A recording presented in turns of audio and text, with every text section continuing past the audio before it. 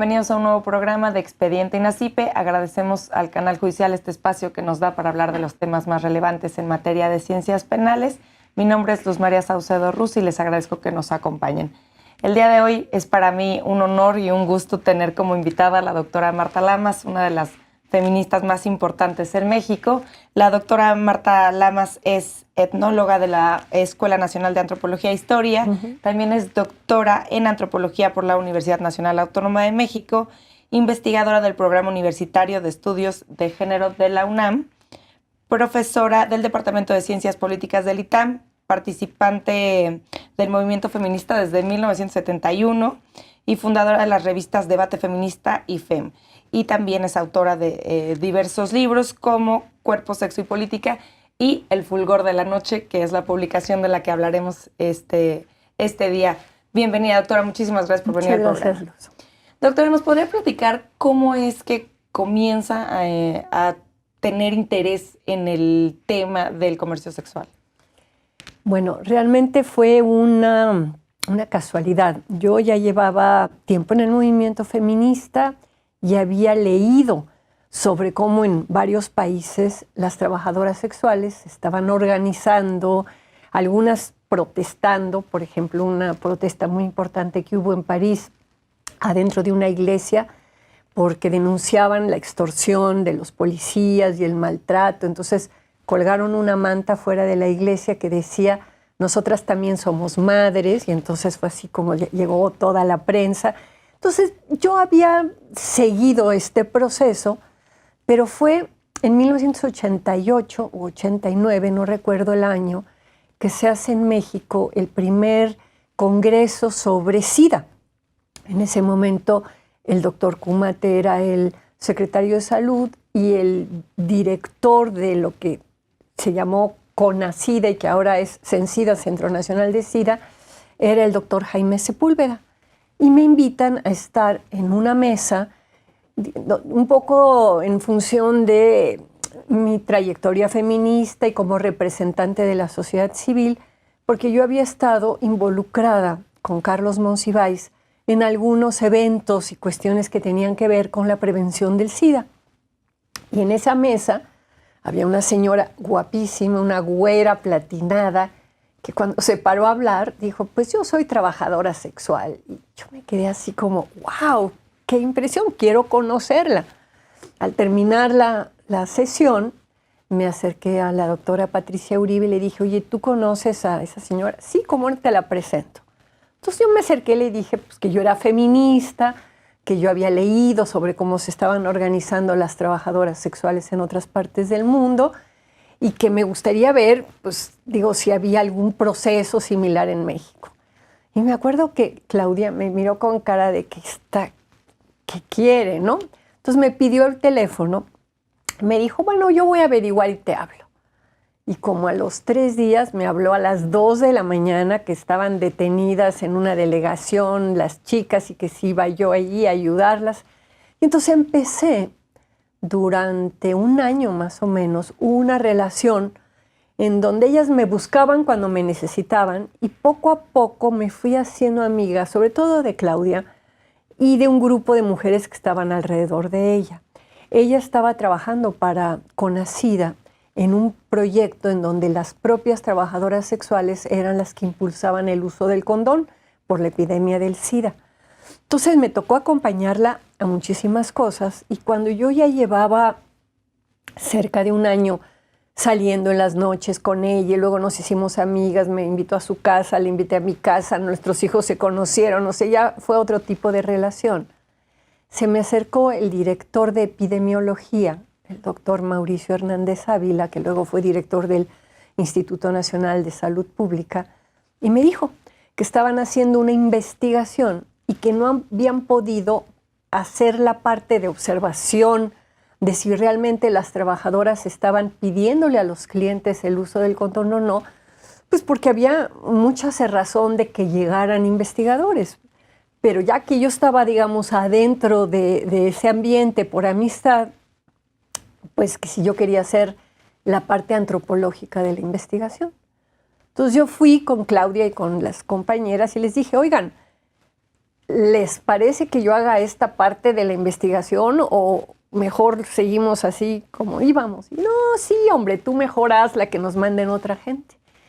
Y ahí fue donde dio un giro totalmente mi apreciación y mi perspectiva, porque para hacer la investigación tuve que irme a parar a la calle con ellas durante meses, toda la noche, el tiempo que trabajaban, y entonces ver esta interlocución que se hacía con los clientes sobre si condón con condón, acompañarlas al hotel, y entendí, digamos, lo que era la mecánica de este mercado, un mercado sumergido, que es el mercado del comercio sexual.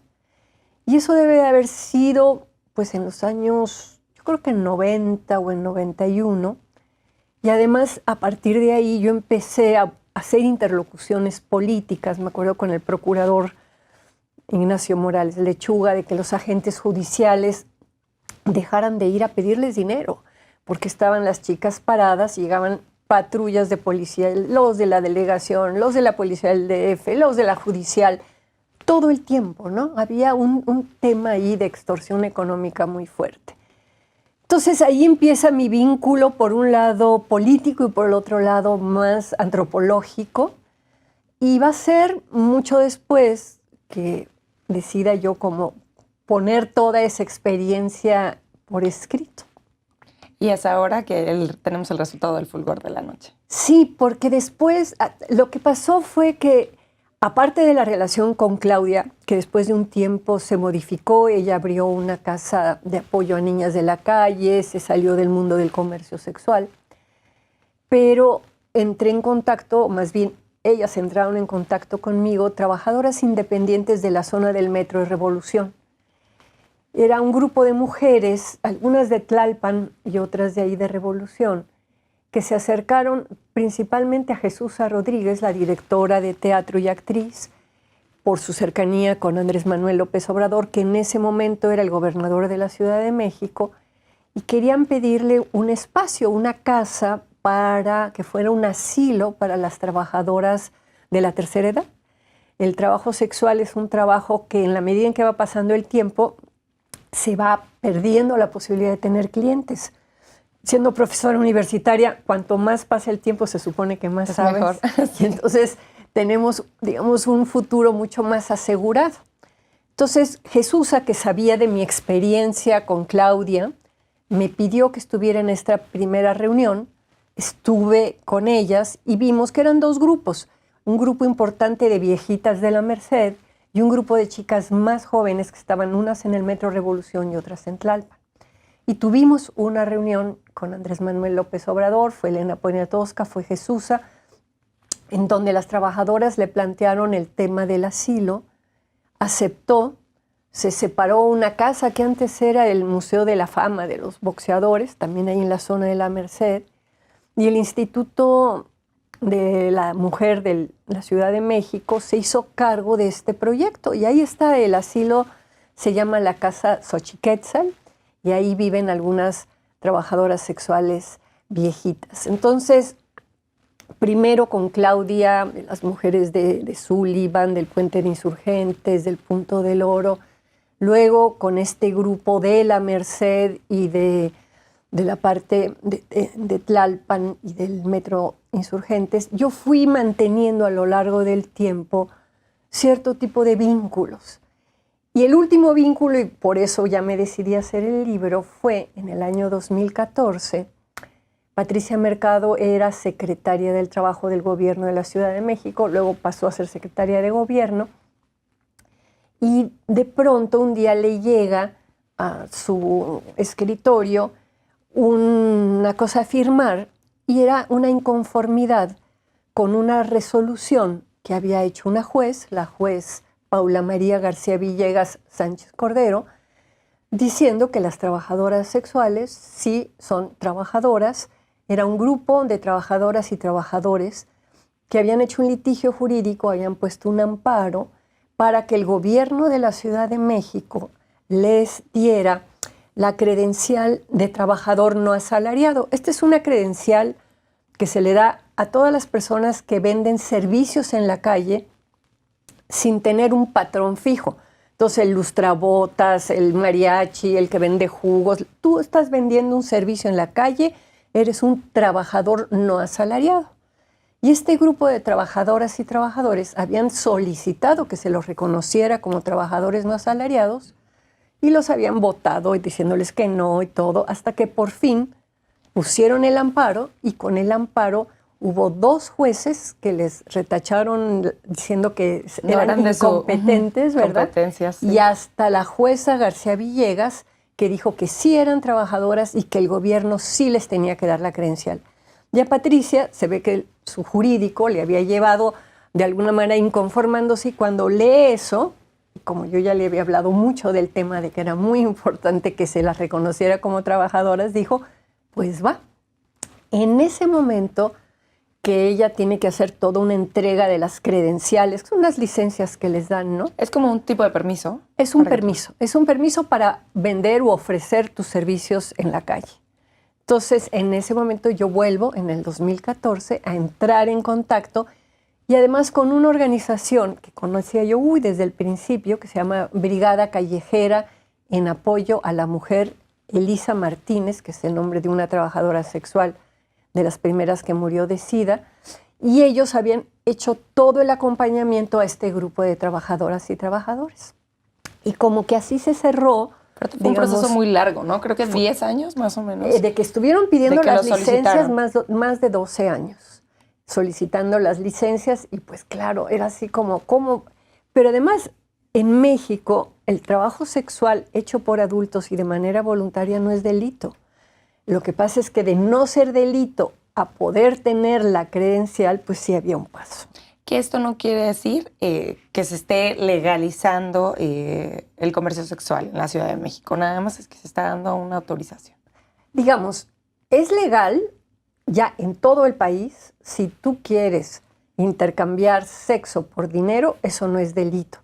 En México tenemos un conflicto en el sentido que la definición del lenocinio es una definición que funcionó hace mucho tiempo, pero que ahora no, que es sacar provecho del trabajo sexual de otra persona. Entonces, hace mucho tiempo, una mujer que quería vender su cuerpo, vender servicios sexuales por dinero, pues se paraba en una esquina o iba a un bar y conseguía el intercambio. En este momento ya es muy difícil hacerlo así porque el crecimiento de la delincuencia organizada y las redes que hay dificultan. Entonces, es muy peligroso para una mujer, digamos, poner un anuncio que le llegue a alguien en un departamento si no hay pues alguien que la proteja. A veces es su papá, a veces es un hermano, a veces es el propio novio, una amiga. Entonces, la definición del lenocinio en este momento se está usando un poco en el sentido de trata, de si tú sacas provecho sexual o acompañas a alguien. Entonces, ahí hay un dilema jurídico muy, muy interesante que habrá que resolver. Justo quisiera quedarme con el tema del dilema jurídico, también hablar de la ley de trata. Tenemos que hacer una pausa. Claro que sí. Al auditorio, por favor, continúen con nosotros. Estamos en Expediente INACIPE.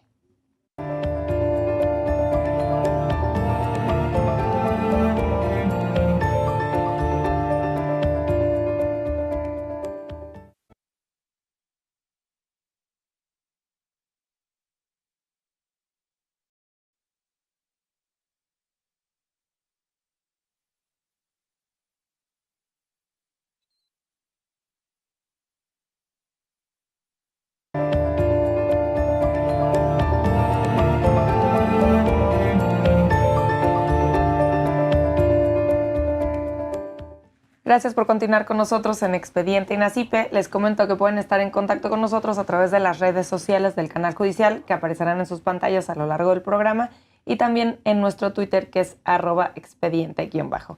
Los invito a darnos sus comentarios y sugerencias acerca de nuestros programas, en especial en nuestro programa del día de hoy que habla de esta publicación que se llama El Fulgor de la Noche de la doctora Marta Lamas, que hoy nos acompaña. Doctora, antes de irnos a la pausa, hablábamos del problema del tipo penal del lenocinio. Y también yo quisiera preguntarle cuáles son las problemáticas o cuál es la situación de la legislación que toca el comercio sexual. Sí, bueno, hay una abogada del CIDE que se llama Claudia Torres, que está haciendo ahorita su doctorado en Harvard, que tiene hecho un análisis muy bueno de cómo en la ley de trata, de alguna manera, se está obstaculizando el ejercicio libre y voluntario del comercio sexual. Y ella va marcando, pues, ¿no? Para empezar, la ley de trata tiene un artículo en donde se dice que aunque la víctima diga que consintió, no hay que creerle. Bueno, entonces, a ver, espérenme, ¿de qué estamos hablando? Ese nivel de paternalismo jurídico no, simplemente no lo comprendo. Aquí lo que hay que entender es un contexto político que se viene dando desde los años 90, justo cuando la epidemia del SIDA hace que el tema de las trabajadoras y trabajadores sexuales vuelva a cobrar mucha importancia. Hay que recordar que quienes estaban en el gobierno de Estados Unidos, primero Reagan y luego Bush padre y Bush hijo, ¿no? Van a tener con una posición muy, muy conservadora una actitud de rechazo a todo lo que sea el comercio sexual. Para ellos el comercio sexual es peligroso porque atenta contra la familia, porque implica promiscuidad, por toda una serie de cosas. Y van a empezar a hacer una política que va a ir desembocando en una actitud de hay que acabar con el comercio sexual. Curiosamente, a los grupos conservadores en Estados Unidos se les van a unir un grupo de feministas con posiciones muy extremas, se las llaman radicales. A mí no me gusta llamarlas radicales porque lo radical es lo que va a la raíz y en general es bueno, sino extremas. Estas posturas extremas también consideran que todo comercio sexual es denigrante para la mujer, que todo comercio sexual es violencia hacia las mujeres, y van a juntar fuerzas con los conservadores en una gran cruzada, campaña para eliminar el comercio sexual. Esta gran cruzada, que además va a tener todo el apoyo económico del gobierno de los Estados Unidos, va a lograr como primer paso el Protocolo de Palermo, que es un protocolo en donde lo que se trata es de prevenir el tráfico de armas, de personas y de droga. Y en el tema de tráfico de personas se va a instalar todo el tema de lo que hoy llamamos la trata, ¿no? Es decir, ahí era un tráfico de personas que puede ser para fines laborales, porque no solo hay trata con fines de explotación sexual, sino de explotación laboral también. Y va a ser a partir del año 2000, que más es el momento en que en el gobierno federal gana el PAN, ¿verdad? En donde estos funcionarios de Estados Unidos van a empezar a presionar a México para que México también saque una ley de trata que va a salir con el gobierno panista y también con una idea de que, bueno, las relaciones sexuales decentes son las que se dan dentro del matrimonio con fines recreativos, ¿verdad? Y no toda esta cochinada del mercado sexual. Entonces, se va a dar un contexto conservador, punitivo, pero además Estados Unidos va a hacer una serie de premios para las procuradurías que rescaten más víctimas de trata. Ahora, Luz, o sea, yo estoy convencida que existe la trata, que es espantosa y que hay que luchar contra la trata. Lo que hay que hacer es no sobredimensionar el tema de la trata y pensar que todo es trata. Allí, digamos, los medios de comunicación juegan un papel porque, claro, los medios venden y venden con noticias amarillistas, ¿verdad? Y si tú de repente dices, esclavas sexuales fueron rescatadas, pues la gente va a comprar. Ahora, si tú dices, empleadas del hogar o sirvientas fueron rescatadas, pues nadie compra eso. Es decir, hay explotación laboral en nuestro país, no solo con fines sexuales, con muchos fines. Hay que acabar con eso. Pero para eso sirve, digamos, la seriedad y la investigación. Aquí lo que estamos viendo, que va a desatar esta mezcla política, discursiva, que piensa que todo comercio sexual acaba en trata o tiene que ver con la trata, en donde lo que están buscando cada vez más es rescatar y rescatar y rescatar víctimas para poderse sacar el premio que da a Estados Unidos, ¿no? Lo que estamos viendo es una confusión. Yo no quisiera pensar que es deliberada, sí creo que es confusión, ¿no? Porque a toda esta situación política se va a sumar un tema cultural. ¿Cuál es el tema cultural? El tema cultural es que en nuestra cultura la sexualidad tiene una doble moral. Lo que se vale para los hombres no se vale para las mujeres. Entonces, en México, y en América Latina y en los países de raigambre judio-cristiana, ¿verdad?, el tema de las mujeres está muy claramente dividido en las decentes y las putas.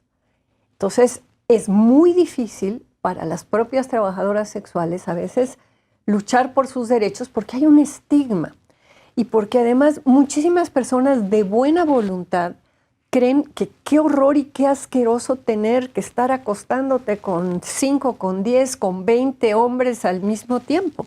Entonces hay un tema de fondo de mucho rechazo al comercio sexual, de hasta diría yo repugnancia de que qué horror, que ha alentado a personas con muy buena voluntad a rescatar víctimas. Y se olvidan que el comercio sexual, como toda actividad económica, tiene clases sociales.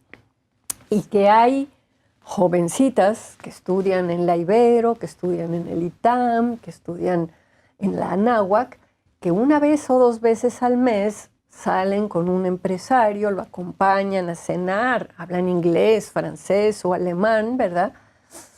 Y al terminar la cena, si suben al cuarto con él, pues van a tener $5,000 o $10,000, dependiendo el nivel. Y que con eso van a ir comprándose su coche, su departamento. Es decir, no todo el comercio sexual es ese comercio, digamos, pobre, vulnerable, en donde las mujeres están sufriendo. Hay muchas formas de comercio sexual. Los mercados sexuales son impresionantes y no todo se paga en efectivo.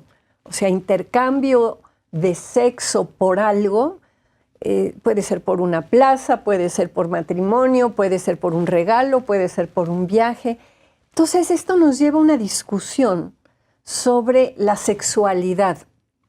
Hay una sexualidad que se llama expresiva, que quiere decir, yo me voy a la cama contigo porque tú te me antojas, y una sexualidad instrumental. Yo me voy a la cama contigo porque así consigo algo.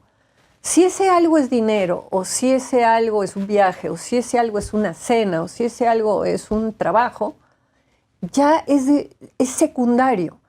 Entonces, como sociedad, la discusión es, ¿solo vamos a castigar la sexualidad instrumental en todas sus variedades o solo la de las mujeres que lo hacen en la digamos, calle, en la calle por dinero? Entonces, hay un tema también económico muy importante. Yo estuve haciendo trabajo en la Merced y yo le preguntaba a una de las trabajadoras, hablando de este tema de la explotación sexual, y me dijo, explotada cuando yo trabajaba 8 horas limpiando oficinas, por salario mínimo el año pasado era de 70 pesos al día, tenía que checar tarjeta, me tardo 1 hora y media en llegar a la oficina y 1 hora y media en la noche ir a mi casa.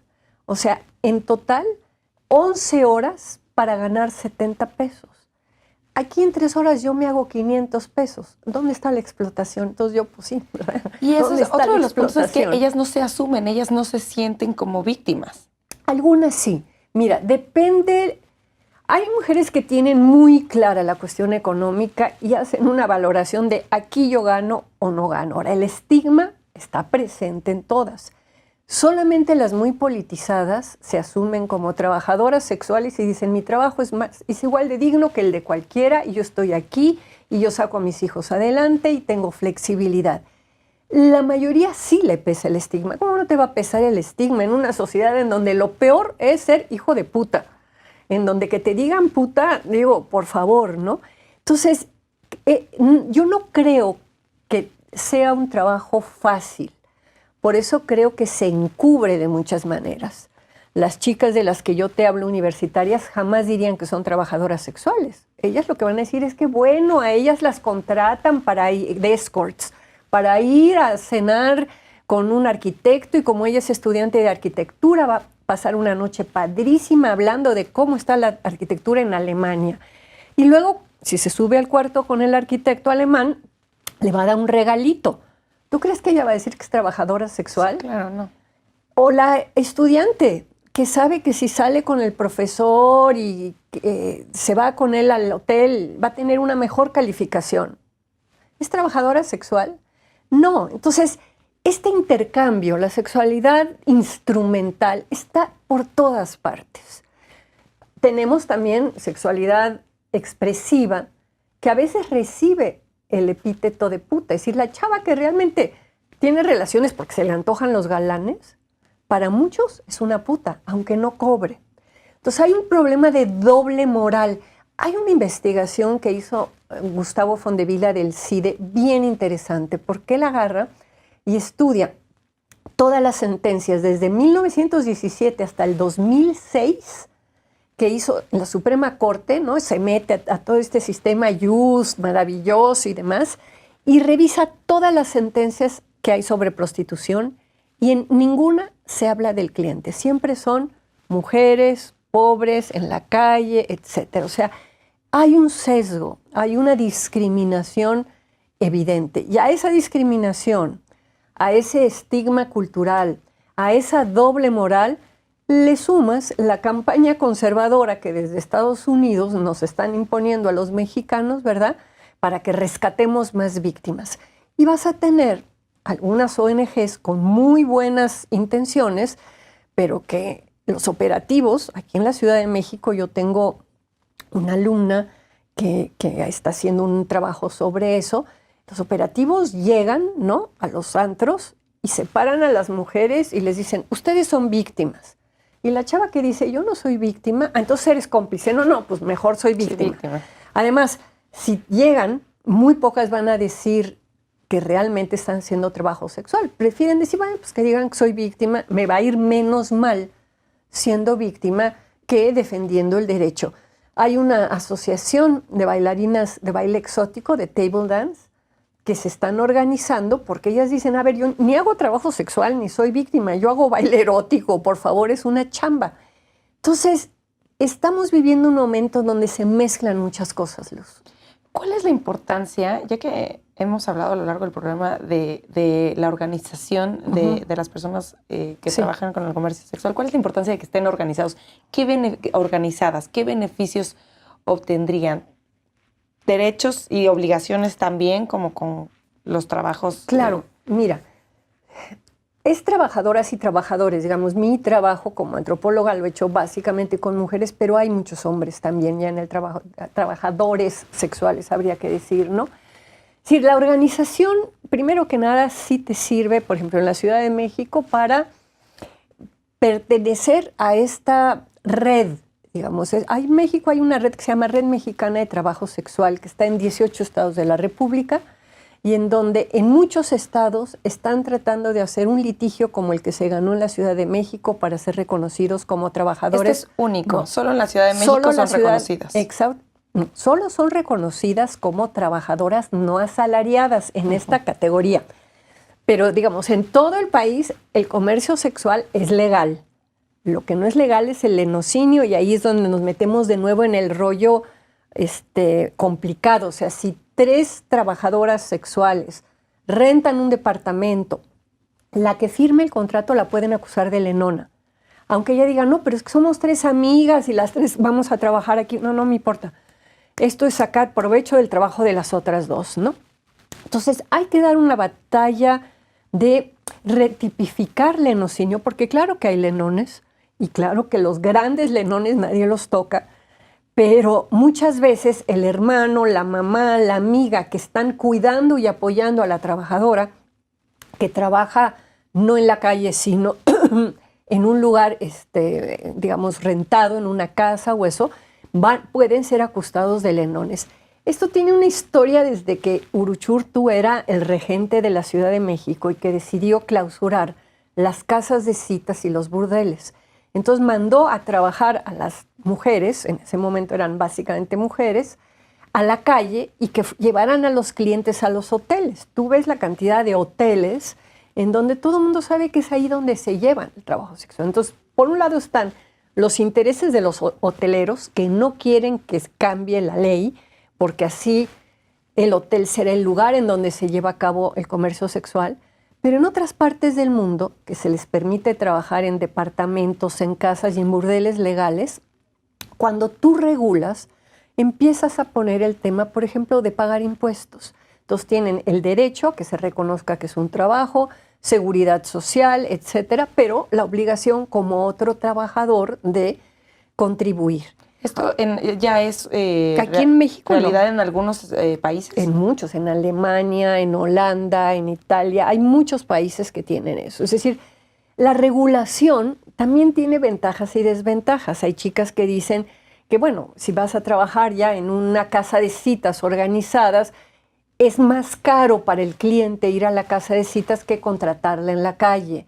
Entonces hay como un mercado negro, aunque esté regulado. Hay toda una problemática económica muy interesante. Pero regresando a México, digamos, y a la Ciudad de México en concreto, que por primera vez hace 3 años se acepta que las trabajadoras y trabajadores sexuales tengan su credencial de trabajador no asalariado. Eso les sirve, primero que nada, en contra de los operativos. O sea, si están ellas en un bar y llega la policía y dice, ustedes son víctimas, sacan su credencial. Yo no soy víctima, yo soy una trabajadora sexual.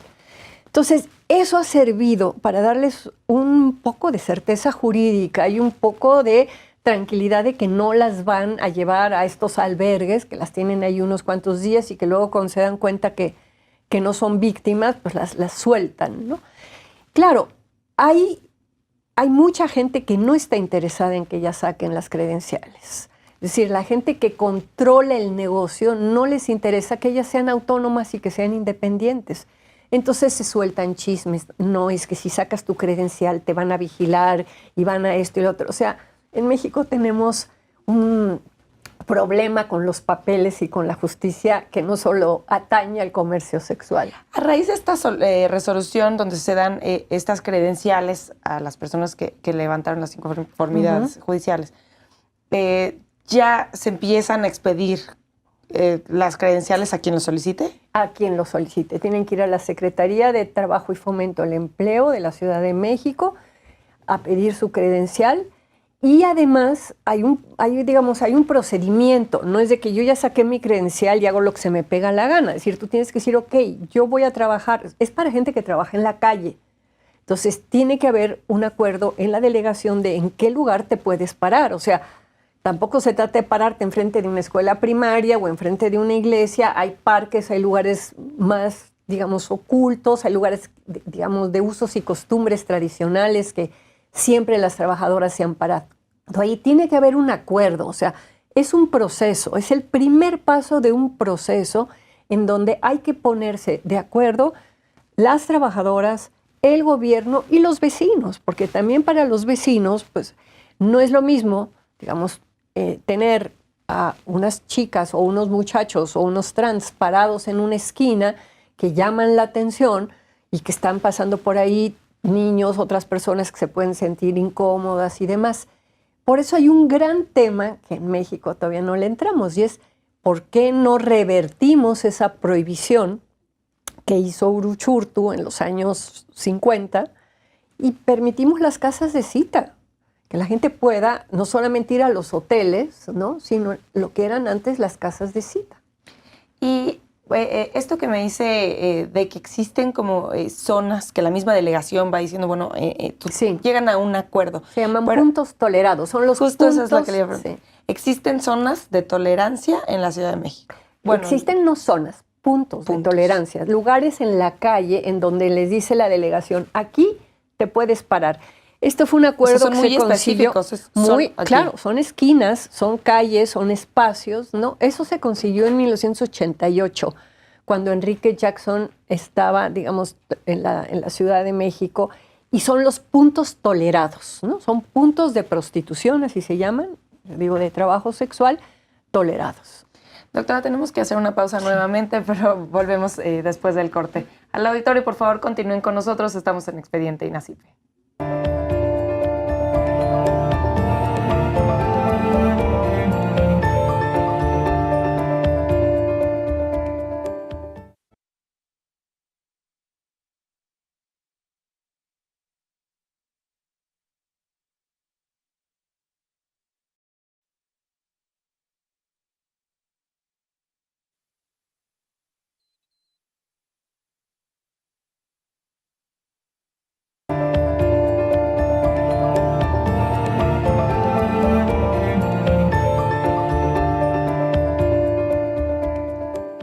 Gracias por continuar con nosotros en Expediente INACIPE. Les recuerdo nuevamente que pueden estar en contacto con nosotros a través de nuestro Twitter, que es @expediente_. Queremos saber sus comentarios y sugerencias acerca de nuestros programas. Les recuerdo que el día de hoy estamos hablando de esta publicación de la doctora Marta Lamas que se titula El fulgor de la noche. Es el comercio sexual en la Ciudad de México. Doctora, otro de los problemas que plasma en esta publicación es hablar de la criminalización del cliente. Esto es un problema reciente porque también se hablaba de que siempre se juzga o se persigue a la mujer o a las personas que ofrecen su trabajo sexual y no a los clientes, que los clientes siempre se mantienen como en la oscuridad a un lado. Pero ahora está siendo criminalizado también el cliente. Sí, esta es parte de las campañas de estos grupos conservadores y de feministas extremas que han planteado que los clientes son prostituyentes. O sea, las mujeres son mujeres en situación de prostitución y los hombres son los prostituyentes. Y como se han dado cuenta que la cuestión estructural económica no ha cambiado y que por lo tanto muchas mujeres siguen acudiendo al trabajo sexual, entonces en vez de atacar la oferta, van a atacar la demanda. Entonces ahora es toda una campaña para denigrar a los clientes. Y bueno, igual que con las trabajadoras sexuales, o sea, hay muchos tipos de trabajadoras sexuales, pobres, ricas, medianas, con culpa, desmadrosas, que se lo pasan bien, que se lo pasan mal, que sufren. Lo mismo con los clientes. Hay todo tipo de clientes. Hay poca investigación en México sobre clientes, pero hay mucha investigación en Europa. Y una de las cosas más impactantes, porque más fue una investigación que le hizo una organización cristiana que se llama el Nido, el ENID, en Francia, para tratar de entender qué lleva a los hombres a comprar servicios sexuales.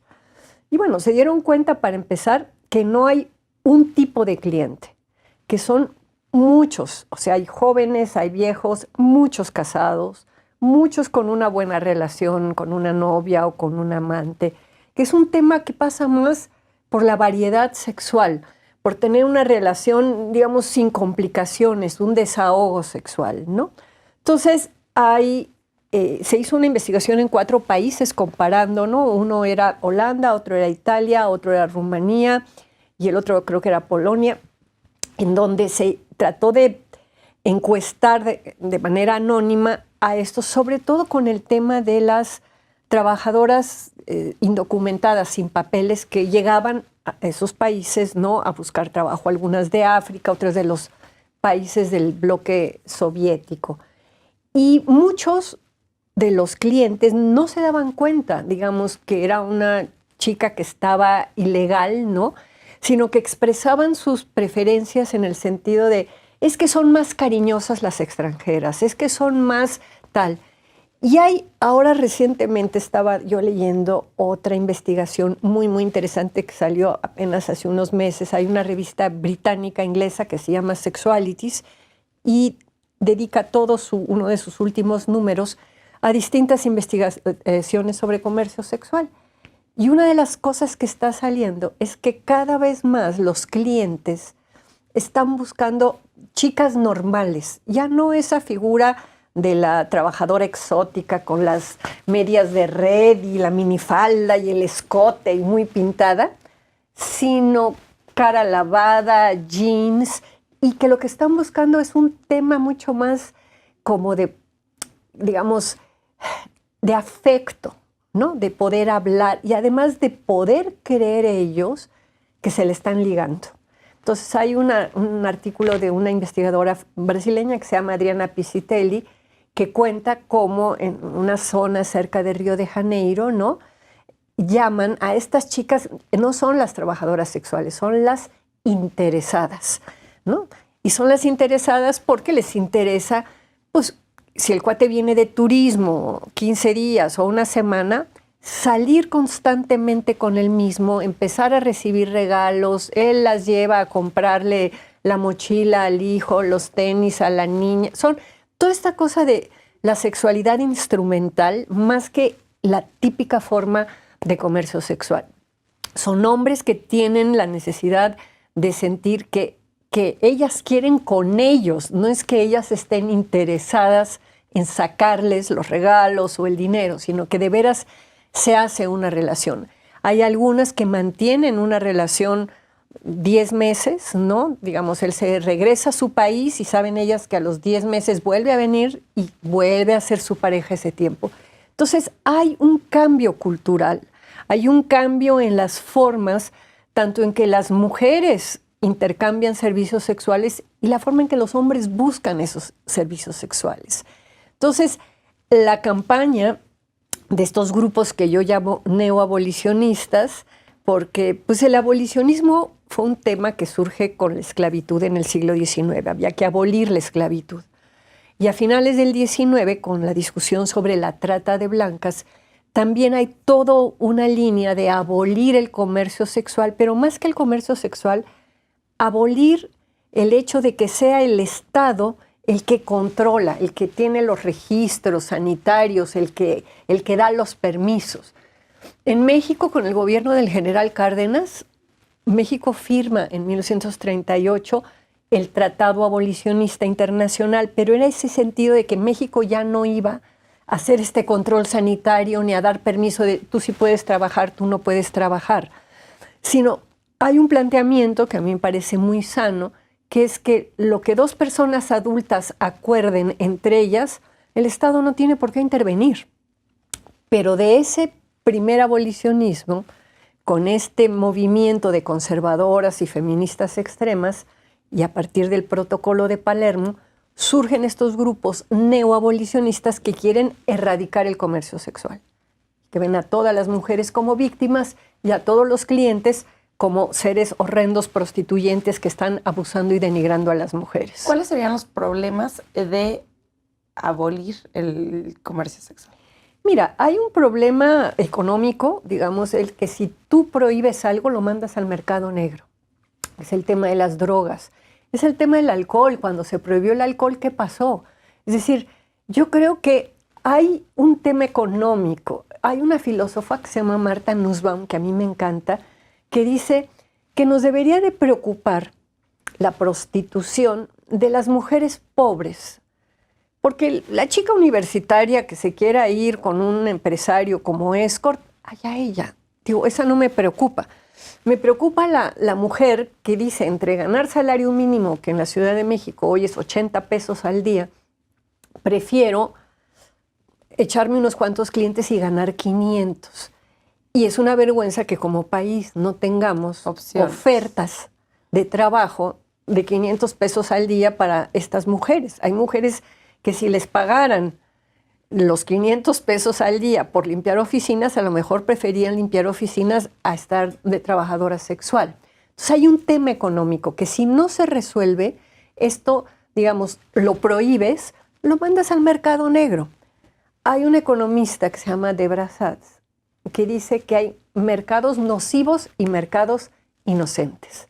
Entonces, el mercado inocente es el mercado de las verduras. Digo, los jitomates, las calabacitas, digo, nadie sale lastimado en ese mercado.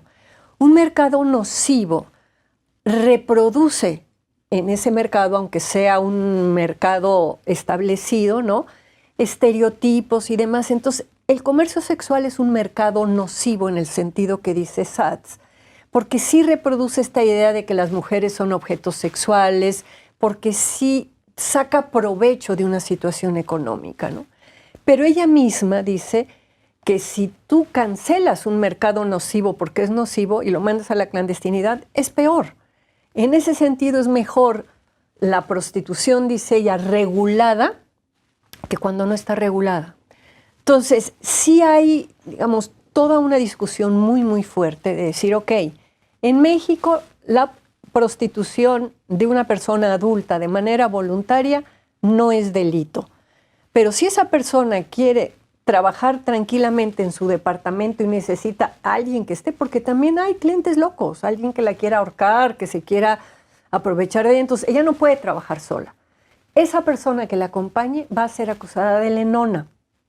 Hay que retipificar el delito de lenocinio o quitarlo del Código Penal y entender que hay nuevas formas de organización del trabajo. Con los tipos penales de explotación sexual y de trata de personas, ¿no quedaría cubierto si se quita el tipo penal del Claro, sí, pero es que digamos, sí hay, es decir, cualquier empresario de un giro negro, de un bar o eso puede ser acusado de lenón, pero no, o sea, son empresarios.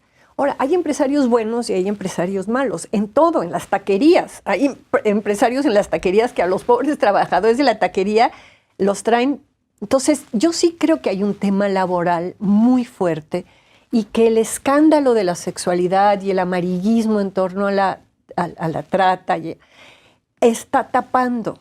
Entonces, yo creo que de veras es un trabajo, hay que ponerle reglas como cualquier otro trabajo. Los países que han regulado el comercio sexual lo han hecho por tramos, no de un día para otro. Les vas a pedir a las chicas de la Merced que empiecen a pagar impuestos. Digo, espérate, primero les das derecho, le das derechos laborales, le das derecho a la salud, las ayudas a que tengan una casa, les das seguridad.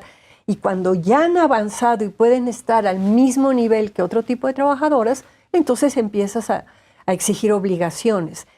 Digamos, no vamos a inventar de hoy en México una nueva manera de abordar un problema que tiene siglos. Entonces, ¿por qué no vemos qué está pasando en otro tipo de sociedades y cómo los grupos de las personas involucradas, no solamente las propias trabajadoras, sino los meseros, los dueños de los antros, los taxistas, los hoteleros, hay que hacer toda una reordenación económica muy importante? Y también el comercio sexual ha ido evolucionando, ¿no? En el libro habla de que hace mucho tiempo, pues, podían iniciar su vida sexual los jóvenes con Claro. servidoras sexuales, ¿no? Y ahora, pues, ya no, como que hay una liberación sexual, Claro. podríamos decirlo así, y va cambiando los perfiles de los clientes y también cambiando las formas de ofrecer el comercio sexual, ¿no? También está el internet, hay nuevas modalidades. Pero mi pregunta es hacia esta liberación sexual, ¿podría conllevar a que se termine el comercio sexual?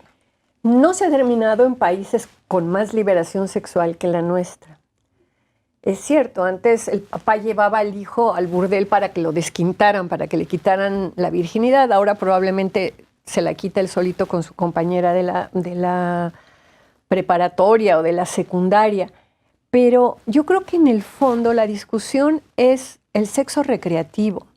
Entonces, hay necesidad de variedad, hay fantasías, hay de repente prácticas que a lo mejor tu pareja no quiere hacer contigo, pero que lo puedes comprar con otra persona. Es decir, yo creo que la discusión de fondo de nuevo sigue siendo si la sexualidad siempre tiene que ser expresiva de deseo o puede ser instrumental para conseguir algo.